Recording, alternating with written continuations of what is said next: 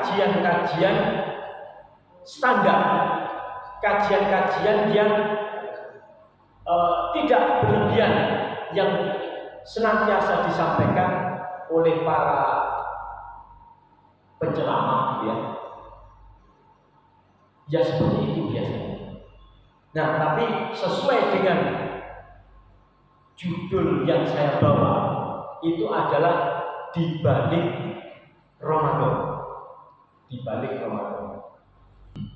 Nah, jadi semua yang tersampaikan tadi, mulai dari menit awal sampai tadi, tentang 4 golongan manusia yang tidak akan mendapatkan ampunan, itu biasa disampaikan di bulan suci Ramadan ini.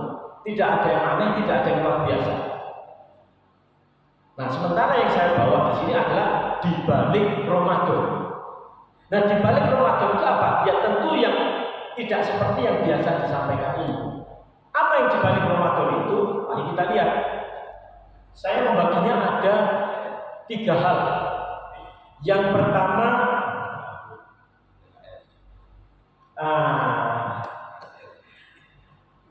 itu nomor 2, aspek ekonomi. Nah itu, ini kan dibalik Ramadan Pak ya. Nah itu yang saya maksud dibalik Ramadan itu. Nah itu jadi gak pede.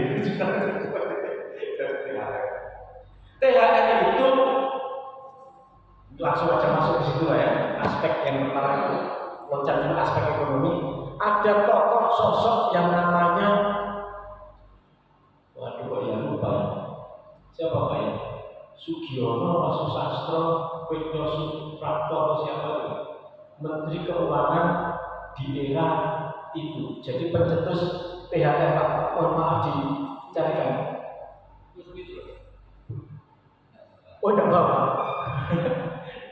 Nah jadi yang mengusulkan THR, siapa tuh? Depannya Su.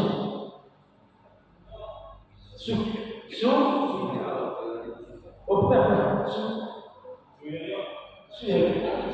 Sudiro pikir siapa itu ya? Nah itu Sudiro.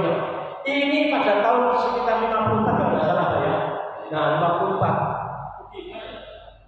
Sugiman.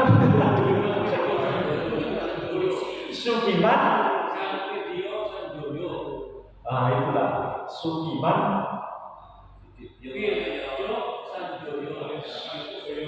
Sugiman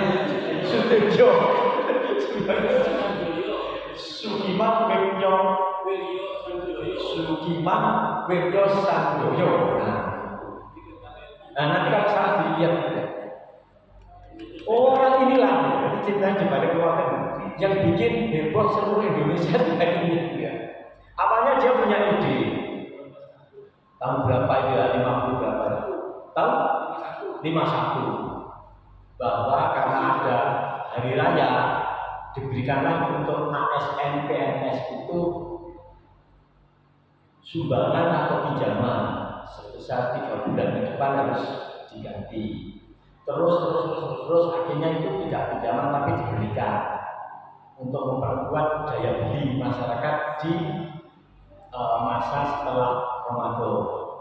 Terus setelahnya yang swasta menuntut, Pak kita enggak, dikeluarkanlah SK bahwa sekarang namanya belum THR, masih sumbangan hari raya atau apa-apa. Proses terus sampai tahun berapa akhirnya wis keluar, sampai jenenge THR, wabeh itu menjadi umat akhirnya. Nah itu jadi ini yang saya maksud di balik Ramadan itu ya ini judul saya di balik Ramadan salah satunya yang disebut adalah Bayan itu. Nah itu jadi umat. Terus pinter-pinteran perusahaan sekarang ngakali kalau merekrut karyawan di kontrak sampai berapa lama? Sampai 1 bulan menjelang masa hari raya. Jadi ketika 1 bulan 2 bulan menjelang hari raya itu batas kontraknya. Potong di situ. Perusahaan tidak salah Pak. Nah, jadi pinter-pinteran nggak tahu nanti seperti apa pemerintahan. Tapi yang pasti sekarang terjadi itu banyak perusahaan ketika menjelang Ramadan karyawannya kabeh. Nah, nggak itu THR. Nanti ketika setelah THR keluar lagi bahwa ini demikian dan begitu dan sebagainya, banyak lagi. Jadi selalu saling mengakali. Ini yang saya maksud aspek ekonominya. Aspek ekonomi yang lain apa? Besaran konsumsi kita di bulan Ramadan. Makanya Pak Bahlil bolak-balik ngeluh Pak Erlangga Hartarto, cadangan pokok, cadangan minyak, cadangan beras sampai THR ya omongan, ojo sampai pas hari raya dan gak ada beras, hari raya dan tidak ada pokok. Nah itu kita yang di sini gak pusing karena Allah selalu tersedia gampang ya. Saya punya mahasiswa RPR pertama. RPR itu rencana pembelajaran lampau. Ini kelas orang tua, apa kelurahan, kecamatan gitu. Ini tinggalnya salah satunya di daerah Jawa Barat, Mojokerto. Beliau ini petani cabai. Petani cabai.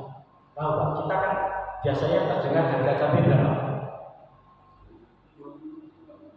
80? Oke 80. Dia itu bilang Pak, pokok Pak Bambang, kalau harga cabai itu sampai seperti ini 75-80, wah kita ini tinggal kipas. Senianya baru orang-orang kipas. Seperti itu. Dia akan BEP itu di harga 20-25 ribu itu sebenarnya sudah bisa hidup para petani cabai. Ketika melesat sampai itu, panen luar biasa. Saya pulang dibawakan kelompok banyak bingung, apa nih kelompok ini? Saya sendiri gak suka pedas. Akhirnya saya bingung, tak tanya orang-orang sopo sih mau. Ternyata Pak Trio, aku yang Pak.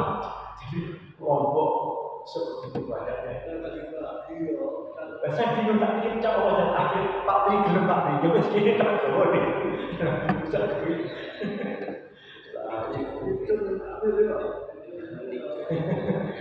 Nah, aspek ekonomi yang kadang kita sedih. Kebutuhan konsumsi ini kan besar, tapi ternyata justru yang mendapatkan keuntungan adalah para orang-orang non-muslim, pelaku usaha non-muslim yang ternyata lebih kreatif dalam menyediakan berbagai hal ini. Apakah sing jenenge parsel, apakah sing jenenge nyapit buka bersama dan lain-lain. Justru ternyata non-muslim yang lebih menikmati ini. Betapa sulitnya kita kalau misalnya hari ini Abah Teguh ini ngajak teman-teman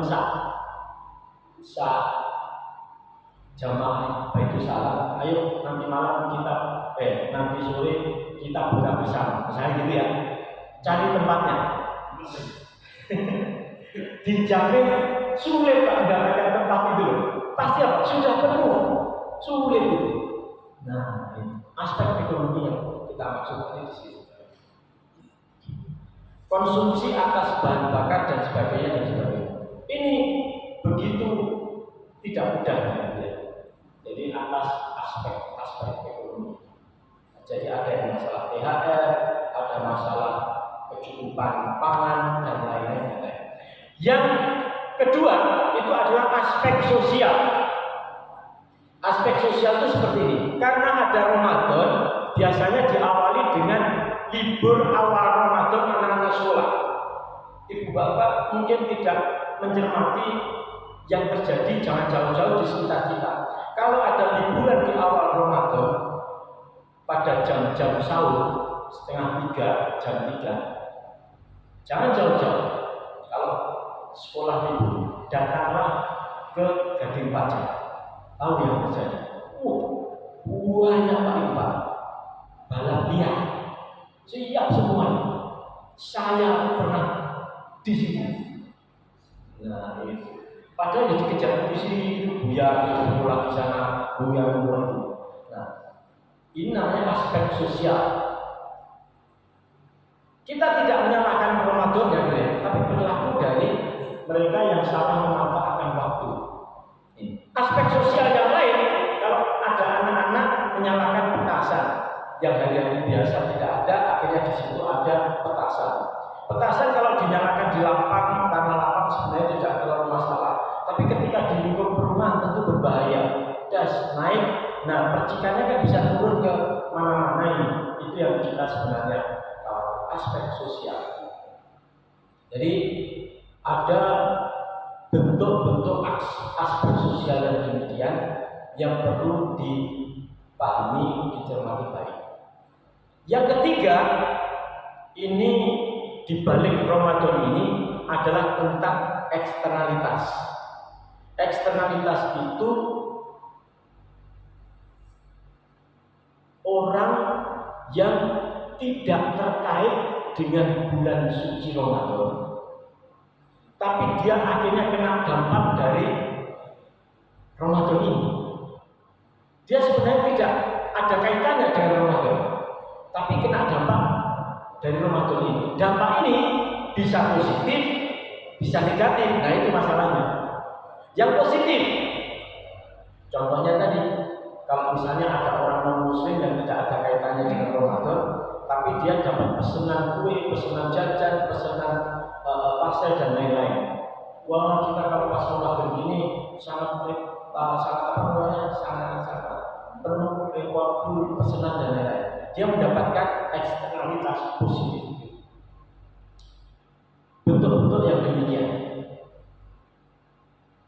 Eksternalitas negatif karena adanya Ramadan ini misalnya nih, ada orang sekali lagi yang tidak terkait Ramadan karena banyak orang itu berburu takjil atau di setiap masjid itu juga menyediakan menu untuk berbuka puasa. Akhirnya ada orang-orang yang dalam persaingan tertentu rugi. Dia yang biasanya sore hari punya usaha, akhirnya tidak ada usahanya karena semua orang itu bergeser ke masjid-masjid, musola-musola yang menyediakan untuk menu berbuka.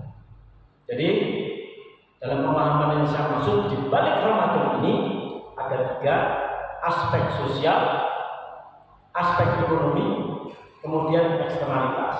Untuk eksternalitas ini ada dua, ada positif, ada yang negatif. Kira-kira seperti ini yang bisa saya sampaikan di edisi terakhir Ramadan 1447 Hijriah di hari Sabtu. Jadi ini Sabtu terakhir. Saya sebenarnya itu di Sabtu terakhir. Nah itu. Jadi mudah-mudahan apa yang disampaikan itu memberikan kebermanfaatan tidak hanya pada hari ini, tapi juga untuk hari-hari setelah hari ini. Juga akan memberikan kebermanfaatan bagi sejawat saudara kita yang mungkin berhalangan atau tidak hadir pada pagi hari ini. Kira-kira seperti itu kurang lebihnya. Ini tibir mulutnya kita ambil saja untuk edisi berikut gitu ya. Baik, mari kita akhiri dengan doa kafaratul majelis bersama-sama. Subhanallahumma wa bihamdika asyhadu an la ilaha illa anta astaghfiruka wa atubu ilaik. Assalamualaikum warahmatullahi wabarakatuh.